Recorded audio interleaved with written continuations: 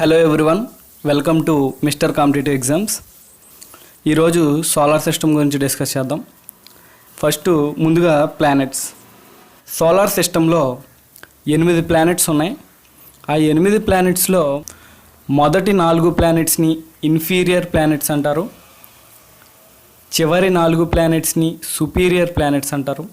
మొదటి 4 ప్లానెట్స్ ఏంటంటే మెర్క్యూరీ, దాన్నే తెలుగులో బుధుడు అంటారు. సెకండ్ది వీనస్, దీన్నే తెలుగులో శుక్రుడు అంటారు. అండ్ ఎర్త్, భూమి.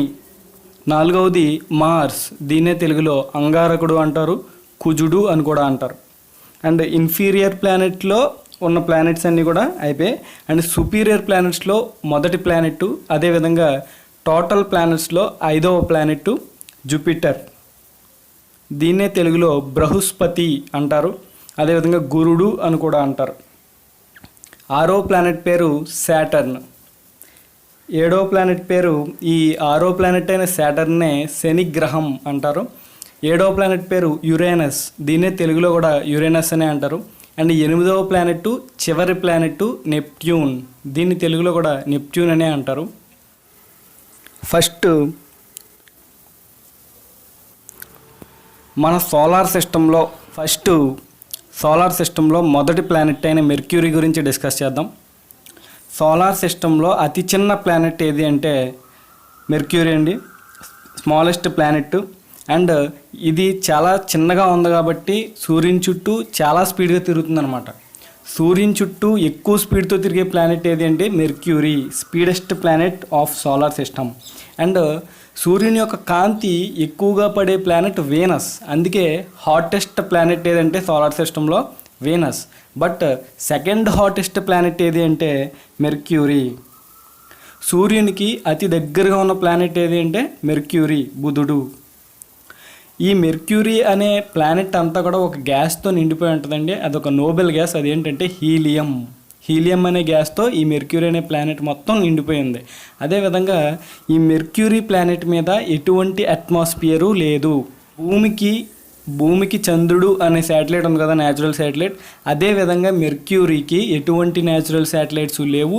వీనస్ కూడా ఎటువంటి శాటిలైట్స్ లేవు. వీనస్ గురించి చివరిలో చెప్తాను. అండ్ ఎర్త్ గురించి చూద్దాం. ఎర్త్ యొక్క ఏజ్ 4.6 బిలియన్ ఇయర్స్. ఎర్త్ యొక్క షేపు గియర్డ్ షేపు లేదా ఎలాంగేటెడ్ షేప్. సముద్రం, అదేవిధంగా ఈ గ్రీన్లాండ్ యొక్క రిఫ్లెక్షన్ వల్ల ఈ భూమి అనేది మనకి బ్లూ కలర్లో, అదేవిధంగా గ్రీన్ కలర్లో కనబడుతుంది. అందుకే భూమిని బ్లూ అండ్ గ్రీన్ ప్లానెట్ అని చెప్పి అంటారు. అండ్ ఈ ఎర్త్ యొక్క ఈక్వేటర్ యొక్క లెంత్ ఎంత అంటే 40075 కిలోమీటర్స్, 40,075 కిలోమీటర్లు. అండ్ ఎర్త్ యొక్క మాస్ 6 × 10⁻24 kg. టోటల్ సోలార్ సిస్టంలో ఎక్కువ డెన్సిటీ కలిగిన ప్లానెట్ ఎర్త్. ఎర్త్ యొక్క డెన్సిటీ ఎంత అంటే 5.52 g/cm3.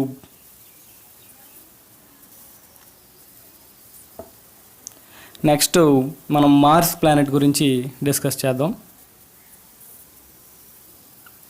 ఈ మార్స్ రెడ్ కలర్లో ఉంటుంది, అందుకే దీన్ని రెడ్ ప్లానెట్ అంటారు. అదేవిధంగా ఈ మార్స్ మీద డస్ట్ అనేది ఎక్కువగా ఉంటుందండి, అందుకే దీన్ని డస్ట్ ప్లానెట్ అని కూడా అంటారు. అండ్ గాడ్ ఆఫ్ వార్ అని కూడా పిలుస్తారు మార్స్ ప్లానెట్ని.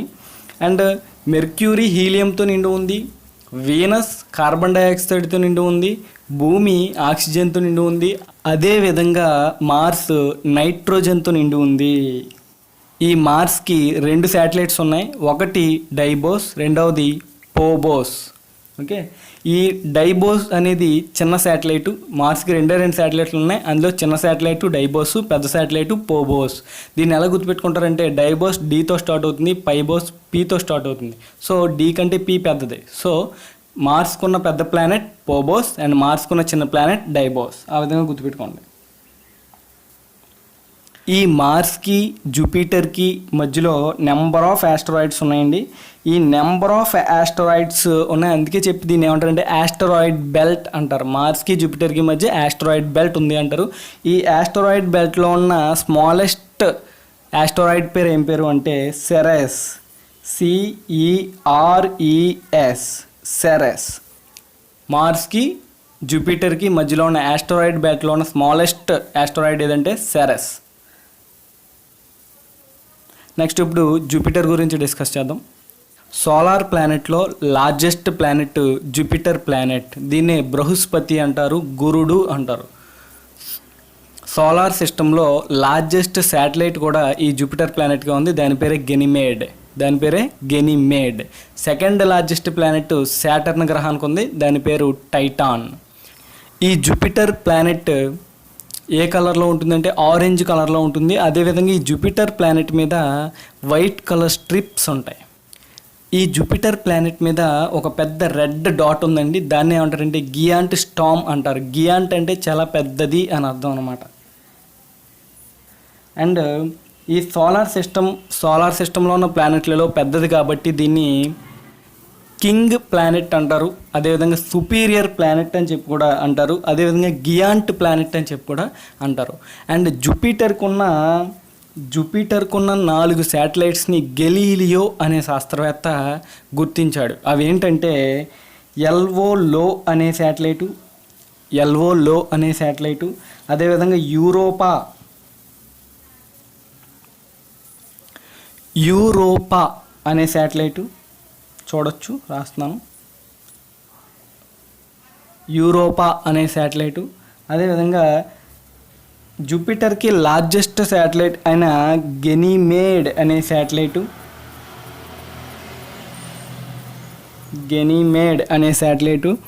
అండ్ జూపిటర్కి మరొక శాటిలైట్ అయిన క్యాస్టెల్లో.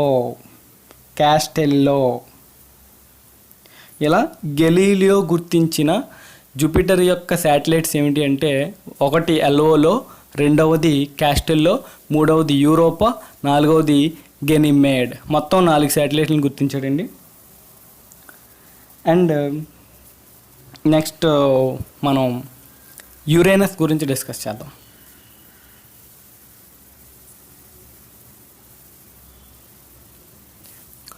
సోలార్ సిస్టంలో ఒకే ఒక ప్లానెట్కి టిల్టెడ్ యాక్సిస్ ఉంది. అది ఏ ప్లానెట్ అంటే యురేనస్. అండ్ ఈ యురేనస్ అనే ప్లానెట్ ఏ గ్యాస్తో నిండి ఉంది అంటే మీథేన్ అనే గ్యాస్తో నిండిపోయింది. అందుకే ఈ ప్లానెట్ని గ్రీన్ ప్లానెట్ అని కూడా అంటారు.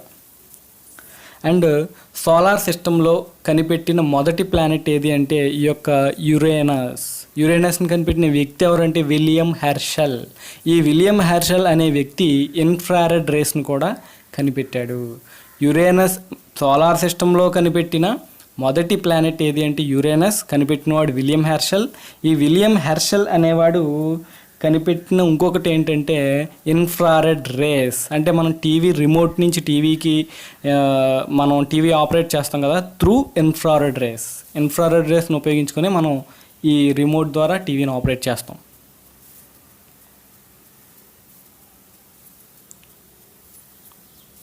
సోలార్ సిస్టంలో సెకండ్ బిగ్గెస్ట్ ప్లానెట్ ఏది అంటే సాటర్న్ ప్లానెట్. అండ్ ఈ సాటర్న్ ప్లానెట్కి చుట్టూ ఒక నెక్లెస్ లాగా ఉంటుందండి. అందుకే దీన్ని jewel of the solar system అంటారు. అండ్ గోల్డ్ ప్లానెట్ అని చెప్పి కూడా అంటారు. అండ్ ఈ సాటర్న్ ప్లానెట్కి ఉన్న శాటిలైట్ ఏదైతే ఉందో అది సోలార్ సిస్టంలో ఉన్న శాటిలైట్లలో సెకండ్ లార్జెస్ట్ శాటిలైట్. అదే టైటాన్. ఫస్ట్ లార్జెస్ట్ శాటిలైట్ ఏదంటే గెనీమేడ్. ఇది దేనికి సంబంధించింది? జూపిటర్కి సంబంధించింది. సోలార్ సిస్టంలో ఎక్కువ డెన్సిటీ కలిగిన ప్లానెట్ ఎర్త్ అయితే సోలార్ సిస్టంలో తక్కువ డెన్సిటీ కలిగిన ప్లానెట్ ఈ యొక్క సాటర్న్ ప్లానెట్. మీరు చూసినట్లయితే నేను ఒక్కొక్క ప్లానెట్కి ఒక్కొక్క కలర్లో నేను స్కెచ్ చేశాను. వీనస్ అనేది అత్యంత అందంగా ఉండే ప్లానెట్, అందుకే దానికి పింక్ కలర్లో ఇచ్చాను. ఇది గోల్డ్ ప్లానెట్ కాబట్టి గోల్డ్ కలర్లో అలా అనమాట. అండ్ ఇది బ్లూ అండ్ గ్రీన్ ప్లానెట్ కాబట్టి ఆ విధంగా. అండ్ ఇప్పుడు నెక్స్ట్ మనం నెప్ట్యూన్ ప్లానెట్ గురించి చూద్దాం. ఈ నెప్ట్యూన్ ప్లానెట్నే నిర్మానుష్య గ్రహం అంటారు, అంటే ఎలోన్ ప్లానెట్. దీని నిండా మొత్తం ఐసే ఉంటుంది. అందుకే దీన్ని అంటే ఇక్కడ మొత్తం పెద్దగా జీవులు అవి ఇవి ఏ ఉండవు, మొత్తం చీకటిగా ఉంటుంది. అందుకే ఈ నెప్ట్యూన్ ప్లానెట్ని ఎలోన్ ప్లానెట్, నిర్మానుష్య గ్రహం అంటారు. అదేవిధంగా గాడ్ ఆఫ్ సీ అంటారు. అదేవిధంగా కోల్డ్ ప్లానెట్ అని చెప్పి కూడా అంటారు. మొత్తం అంతా ఐసే ఉంటుంది. That's why it's a cold planet and god of sea and alone planet నిర్మానుష్య గ్రహం. వీనస్నే ఎర్త్ సిస్టర్ ప్లానెట్ అంటారు, బ్రైటెస్ట్ ప్లానెట్ అంటారు. అదేవిధంగా morning star and evening star అని చెప్పి కూడా అంటారు. అండ్ ఈ వీనస్ ప్లానెట్ మీద 95% కార్బన్ డైఆక్సైడ్ ఉంది. సో అందువల్ల ఎక్కువ హీట్ అనేది ప్రొడ్యూస్ అయిపోతుంది. దీనివల్ల గ్రీన్ హౌస్ ఎఫెక్ట్కి దారితీస్తుంది. అందుకే దీన్ని గ్రీన్ హౌస్ ఎఫెక్ట్ ప్లానెట్ అని చెప్పి అంటారు. వీనస్ ప్లానెట్ మొత్తం కార్బన్ డైఆక్సైడ్తో నిండిపోయి ఉంది. అందుకే దీన్ని పాయిజనస్ ప్లానెట్ అంటారు. సోలార్ సిస్టంలో హాటెస్ట్ ప్లానెట్ ఏది అంటే వీనస్. సోలార్ సిస్టంలో అందంగా ఉన్న ప్లానెట్ వీనస్. అందుకే దీన్ని బ్యూటీ ప్లానెట్ అంటారు, గాడ్ ఆఫ్ లవ్ అంటారు. అదేవిధంగా స్ప్రింగ్ ప్లానెట్ అని చెప్పి కూడా అంటారు. ఎందుకు స్ప్రింగ్ ప్లానెట్ అంటారంటే మనకు ఉన్న కాలాల్లో మనకి మనసుకి ఆహ్లాదంగా ఉన్న కాలం, అత్యంత అందంగా ఉన్న కాలం ఏదంటే వసంతకాలం. అందుకే ఈ వసంతకాలాన్ని ఇంగ్లీష్లో స్ప్రింగ్ సీజన్ అంటారు. అందుకే దీన్ని స్ప్రింగ్ ప్లానెట్ అంటారండి.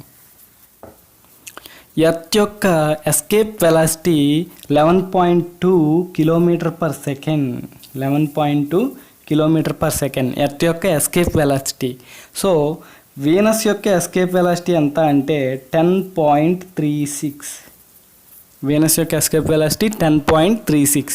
అండ్ మార్స్ యొక్క escape velocity 5.03 kilometre per second.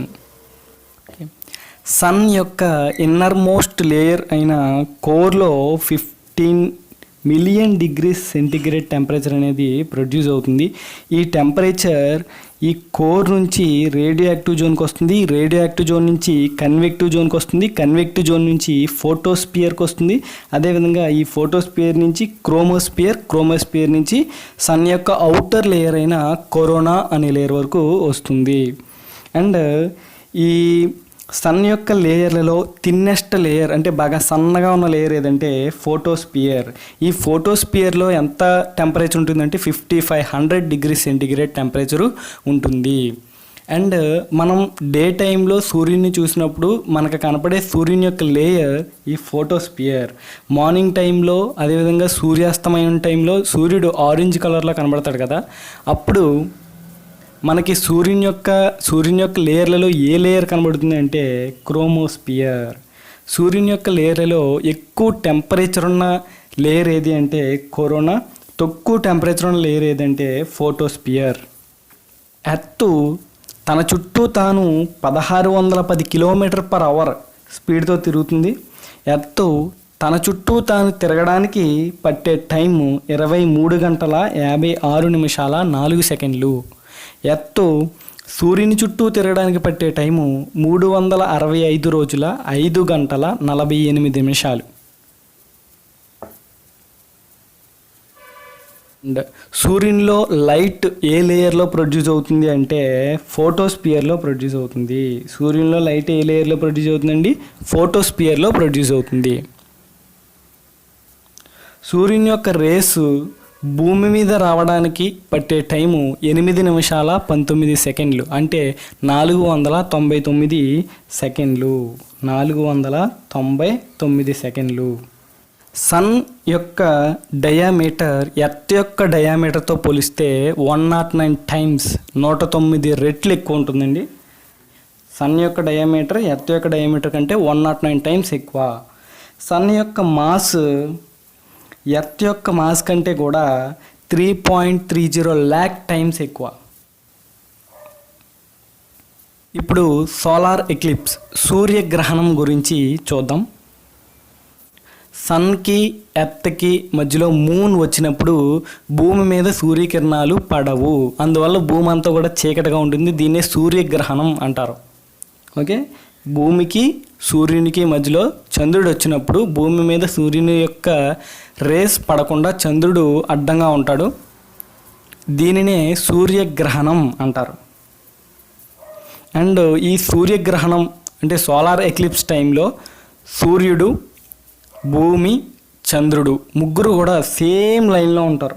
Same line. Okay, next lunar eclipse గురించి చూద్దాం. లునార్ ఎక్లిప్స్ చంద్రగ్రహణం అంటే సూర్యుడికి చంద్రుడికి మధ్యలో భూమి వచ్చినప్పుడు చంద్రుడి మీద సూర్యుని యొక్క కిరణాలు పడవు. దీన్నే చంద్రగ్రహణం, లునార్ ఎక్లిప్స్ అని చెప్పి అంటారు. ఈ లునార్ ఎక్లిప్స్ టైంలో కూడా మొత్తం ఈ సూర్యుడు, చంద్రుడు, భూమి ఈ మూడు కూడా సేమ్ లైన్లో ఉంటాయి. Same line. ఓకే, మూడు కూడా సేమ్ లైన్లో ఉంటాయి. సన్ చుట్టూ ప్లానెట్స్ ఒక పాత్ గుండా తిరుగుతాయి. ఆ పాత్నే ఆర్బిట్ అంటాం. అండ్ సన్ చుట్టూ ప్లానెట్స్ తిరగడానికి గల కారణం ఏమిటి అంటే గ్రావిటేషనల్ అట్రాక్షన్. సన్ చుట్టూ ప్లానెట్స్ తిరగడానికి గల కారణం గ్రావిటేషనల్ అట్రాక్షన్. అండ్ సన్ చుట్టూ ప్లానెట్స్ తిరిగే ఆ పాత్ని ఆర్బిట్ అంటారు. ఎర్త్ సన్ చుట్టూ తిరిగే ఆ ఆర్బిట్ ఉంది కదా, ఆ ఆర్బిట్లో ఎర్త్ ఎంత స్పీడ్తో తిరుగుతుంది అంటే 7.92 కిలోమీటర్ పర్ సెకండ్ స్పీడ్తో భూమి తిరుగుతుంది. భూమి సూర్యుడి చుట్టూ తిరిగే పాత్ ఏదైతే ఉందో ఆ పాత్ని ఆర్బిట్ అంటాం. ఆ ఆర్బిట్లో ఎంత స్పీడ్తో తిరుగుతుంది అంటే 7.92 కిలోమీటర్ పర్ సెకండ్ స్పీడ్తో ఎర్త్ అనేది ఆ యొక్క ఆర్బిట్లో సూర్యుని చుట్టూ తిరుగుతుంది. సన్ తన చుట్టూ తాను తిరగడానికి పట్టే టైము 27 రోజులు. వరల్డ్లో సన్ రైజ్ పడే మొదటి ప్రాంతం ఏదంటే జపాన్లోని టోంగా ఐలాండ్స్లో సూర్యుని యొక్క కిరణాలు మొదటిసారిగా పడతాయి. సన్కి అతి దగ్గరగా ఉన్న స్టార్ ఏది అంటే ఆల్ఫా సెంటావరీ. అండ్ ఎర్త్కి దగ్గరగా ఉన్న స్టార్ ఏదంటే సన్ కూడా ఒక స్టారే. ఓకే, అండ్ ఎర్త్కి సన్న తర్వాత దగ్గరగా ఉన్న నియరెస్ట్ స్టారు ప్రాక్సిమా సెంటావరీ. అండ్ 2010వ సంవత్సరంలో నాసా సన్ని పరిశోధన చేయడం కోసం అట్లాస్ 5 అనే ఒక శాటిలైట్ని పంపించింది. 2010లో సన్నని అధ్యయనం చేయడం కోసం నాసా అనే స్పేస్ సంస్థ అట్లాస్ 5 అనే ఒక శాటిలైట్ని పంపించిందండి.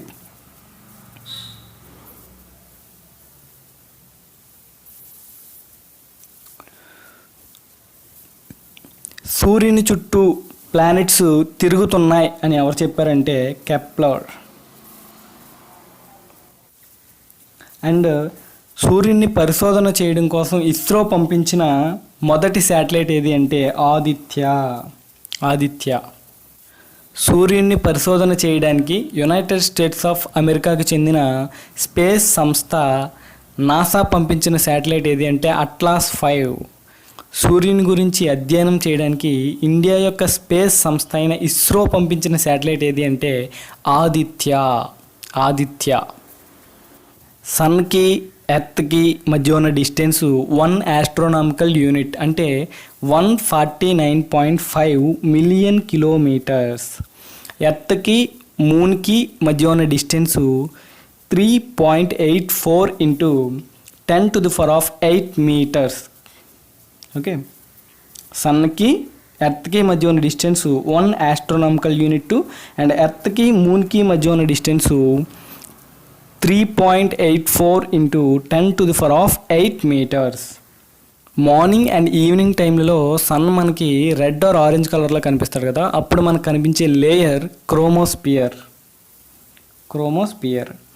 అండ్ మన యూనివర్స్లో లార్జెస్ట్ గ్రూప్ ఆఫ్ స్టార్స్ ఏమైతే ఉన్నాయో దాన్ని గ్యాలక్సీ అంటారు. ఈ సోలార్ సిస్టంలో ఉన్న అతిపెద్ద గ్యాలక్సీ ఏది అంటే హైడ్రా.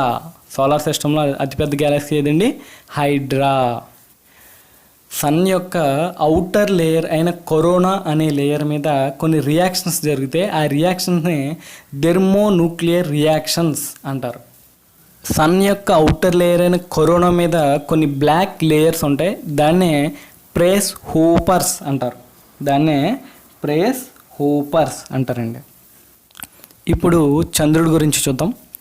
చంద్రుని యొక్క కిరణాలు భూమిని చేరడానికి పట్టే టైము 1.3 సెకండ్స్. అండ్ సూర్యుని యొక్క కిరణాలు భూమిని చేరడానికి పట్టే టైము 499 సెకండ్లు, అంటే 8 నిమిషాల 19 సెకండ్లు. 3/4 మూన్ అంటే 75% మూన్ ఏదైతే ఉందో ఆ మూన్ మనం గిబ్బస్ అంటారండి. ఓకే, రీసెంట్గా ఒక ఎగ్జామ్లో అడిగాడు దీన్ని. 3/4 మూన్ని ఏమంటారు అని చెప్పి అడిగాడు, దాన్నే గిబ్బస్ అంటారు.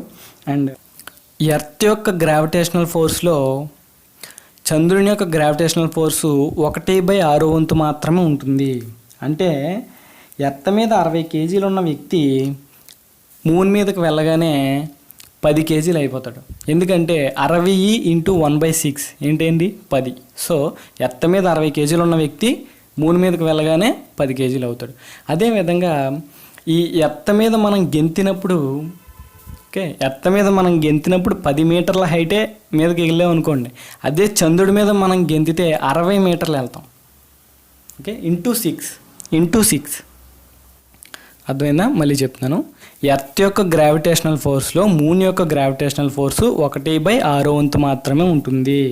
అంటే ఎర్త్ మీద 60 కేజీలు ఉన్న వ్యక్తి మూన్ మీదకి వెళ్ళగానే 10 కేజీలు అయిపోతాడు. అంటే 60 × 1/6, సో 10 కేజీస్. అండ్ ఎర్త్ మీద మనం ఎగిరినప్పుడు 10 మీటర్ల హైట్ ఎగిరాం అనుకోండి. అదే మూన్ మీద మనం ఎగిరినప్పుడు 10 × 6 చేయాలి.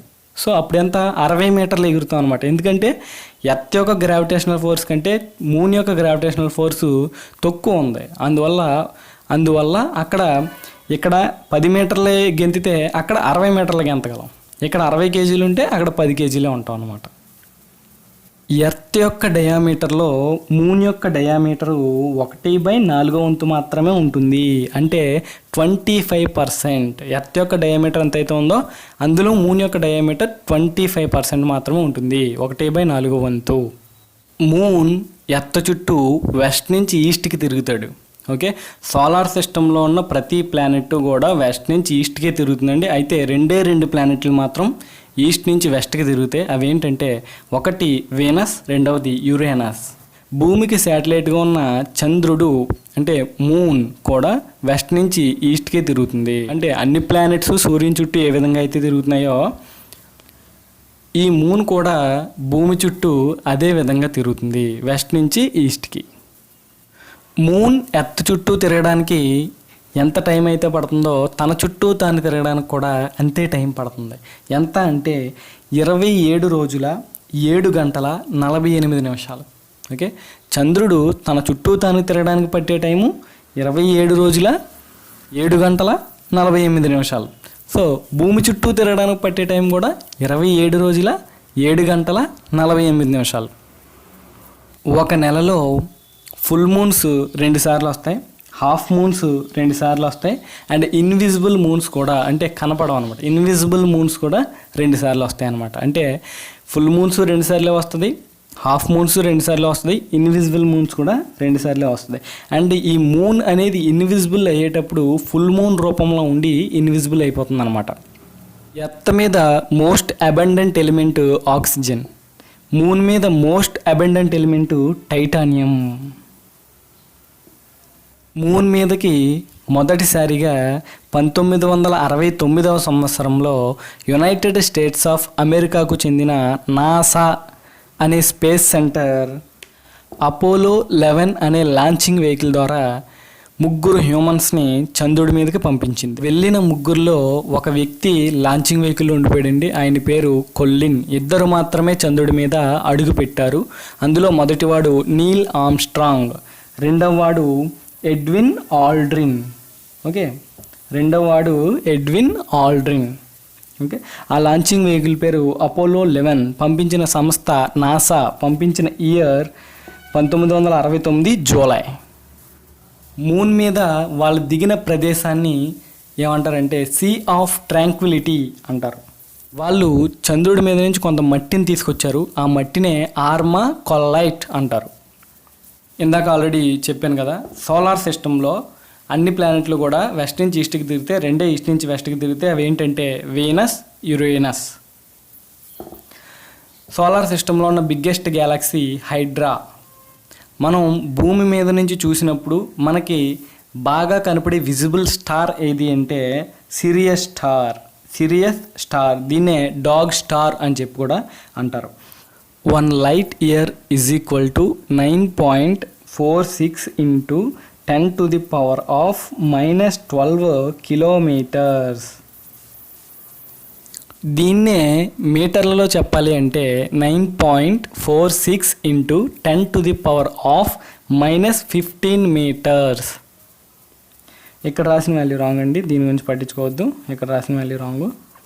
And 1 parsec is equal to 3.26 light years. Okay, 1 parsec is equal to 3.26 light years. ఇందాక చెప్పాను కదా, సూర్యునికి ఎర్త్కి మధ్య ఉన్న డిస్టెన్స్ 1 ఆస్ట్రోనామికల్ యూనిట్ అంటే 149.5 మిలియన్ కిలోమీటర్స్. దీన్నే అప్రాక్సిమేట్గా 15 మిలియన్ కిలోమీటర్స్ అని చెప్పి ఎగ్జామ్స్లో ఇస్తాడు. సూర్య కేంద్రక సిద్ధాంతాన్ని ప్రతిపాదించింది ఎవరు అంటే నికోలస్ కోపర్నికస్. ఓకే, సూర్య కేంద్రక సిద్ధాంతాన్ని ప్రతిపాదించింది ఎవరంటే Nicolaus Copernicus. Father of modern geography అని ఎవరిని అంటారంటే ఈ నికోలస్ కోపర్నికస్నే ఫాదర్ ఆఫ్ మోడర్న్ జియోగ్రఫీ అని చెప్పి అంటారండి. ఈయన సూర్య కేంద్రక సిద్ధాంతాన్ని ప్రతిపాదించాడు. అండ్ భూకేంద్రక సిద్ధాంతాన్ని ప్రతిపాదించింది ఎవరు అంటే టాలమీ. భూకేంద్రక సిద్ధాంతాన్ని ప్రతిపాదించింది ఎవరండి? టాలమీ. సన్కి ఎర్త్కి ఎక్కువ దూరం వచ్చే రోజు జూలై 4. అండ్ సన్కి ఎర్త్కి తక్కువ దూరం వచ్చే రోజు జాన్యువరి 3. చూడొచ్చు, జాన్యువరి 3. ఎర్త్కి మూన్కి మధ్య తక్కువ దూరం ఉంటే దాన్ని పెరోజీ అంటారు. ఎర్త్కి మూన్కి మధ్య ఎక్కువ దూరం ఉంటే దాన్ని అపోజీ అంటారు. దీన్ని ఎలా గుర్తుపెట్టుకోవాలి అంటే ఎక్కువగా కన్ఫ్యూజ్ అవుతూ ఉంటారు అపోజీకి పెరోజీకి. నేను చెప్తాను. సో పెరోజీ అంటే పీతో స్టార్ట్ అవుతుంది. సో పెరోజీ అంటే పీతో స్టార్ట్ అవుతుంది, అంటే ఇలా రాసుకోండి. అపోజీ అనేది దేంతో స్టార్ట్ అవుతుంది? ఏతో స్టార్ట్ అవుతుంది. ఇలా రాసుకోండి. సో పి అంటే ఒక లైనే ఉంది, సో డిస్టెన్స్ అనేది దగ్గర, ఎర్త్కి మూన్కి మధ్య డిస్టెన్స్ దగ్గర. ఏ అంటే ఇలా 2 లైన్లు ఇంత దూరం ఉందన్నమాట, అంటే ఎర్త్కి మూన్కి మధ్య ఎక్కువ దూరం ఉంది. సో ఎర్త్కి మూన్కి తక్కువ దూరం ఉంటే అది పెరోజీ, ఎర్త్కి మూన్కి ఎక్కువ దూరం ఉంటే అది అపోజీ అంటారనమాట. ఖండ చలన సిద్ధాంతాన్ని ప్రతిపాదించింది వెజినర్. ఇప్పటికీ కూడా మన భూమి మీద 2 ఖండాలు కదులుతూ ఉంటాయన్నమాట. అంటే 2 ఖండాలు ప్రతి సంవత్సరం 8 సెంటీమీటర్లు ముందుకు జరుగుతాయండి. అదేంటంటే ఒకటి యూరప్ కాంటినెంట్, రెండవది north America. Okay, north America Europe continent రెండూ కూడా సంవత్సరానికి 8 సెంటీమీటర్లు ముందుకు జరుగుతాయి. ఓకే, ఖండ చలన సిద్ధాంతాన్ని ప్రతిపాదించింది వెజినర్. ఒక సంవత్సరంలో మార్చ్ 21న మాత్రమే సన్ రేసు ఎర్త్ యొక్క ఈక్వేటర్ మీద 90 డిగ్రీస్లో పడతాయి. సన్ నుంచి వచ్చే ఎనర్జీ ఏదైతే ఉందో దాన్ని కెపాసిటీల ఆధారంగా ఎక్కువ కెపాసిటీ ఉన్నదాన్ని పెరిహీలియస్ అని, తక్కువ కెపాసిటీ ఉన్నదాన్ని ఎపిహీలియస్ అని అంటారు. అయితే పెరిహీలియస్కి ఎపిహీలియస్కి మధ్య ఉన్న డిఫరెన్స్ ఎంత అంటే 6.6%. ఇక్కడితో సోలార్ సిస్టమ్ అనే టాపిక్ కంప్లీట్ అయిపోయింది. మనం చెప్పుకున్న టాపిక్లోంచి ఒక 4 క్వశ్చన్లు అడుగుతున్నాను. దీనికి ఆన్సర్ మీకు గుర్తుంటే కింద కామెంట్ సెక్షన్లో కామెంట్ చేయండి. మొదటి క్వశ్చన్, యూరోపా అనేది ఏ ప్లానెట్ యొక్క శాటిలైట్? రెండవ క్వశ్చన్, సోలార్ సిస్టంలో మోస్ట్ డెన్సైల్ ప్లానెట్ అంటే మోస్ట్ డెన్సిటీ కలిగిన ప్లానెట్ ఏది? మూడవ క్వశ్చన్, 3/4 మూన్ని ఏమంటారు? And last question, Galaxy, okay, మన యూనివర్స్లో బిగ్గెస్ట్ గ్యాలక్సీ ఏది? మీకు సోలార్ సిస్టమ్ నుంచి ఒక్క మార్కు కూడా పోకూడదంటే నేను చెప్పిన వీడియో ఏదైతే ఉందో ఈ వీడియోలో ఉన్న మ్యాటర్ని 1-2 సార్లు చదివితే మీకు బాగా గుర్తుంటుంది. ఓకే, దీన్ని దాటైతే ఎగ్జామ్లో ఇవ్వడండి. దీన్నే మీరు మళ్ళీ చదవండి. ఖచ్చితంగా మీకు 2 నుంచి 3 మార్కులు ఈ టాపిక్ నుంచి వస్తాయి. ఎట్టి పరిస్థితుల్లో కూడా 1 మార్కు కూడా పోదు ఈ టాపిక్ నుంచి. మేము చెప్పిన కంటెంట్ మీకు నచ్చినట్లయితే మా ఛానల్ని మిస్టర్ కాంపిటేటివ్ ఎగ్జామ్స్ అనే ఛానల్ని సబ్స్క్రైబ్ చేసి మీ సపోర్ట్ని మాకు తెలియజేయండి. అదేవిధంగా లైక్ చేయండి, దీనివల్ల ఎక్కువ మందికి స్ప్రెడ్ అవుతుంది. అదేవిధంగా కామెంట్ చేయండి, సబ్స్క్రైబ్ చేయడం మాత్రం మర్చిపోకండి. నెక్స్ట్ క్లాస్లో మళ్ళీ కలుద్దాం. కంటెంట్ మీకు నచ్చినట్టయితే లైక్ చేయండి, షేర్ చేయండి, కమెంట్ చేయండి అండ్ సబ్స్క్రైబ్ చేయండి. సబ్స్క్రైబ్ చేయడం మాత్రం మర్చిపోకండి. సబ్స్క్రైబ్ చేసి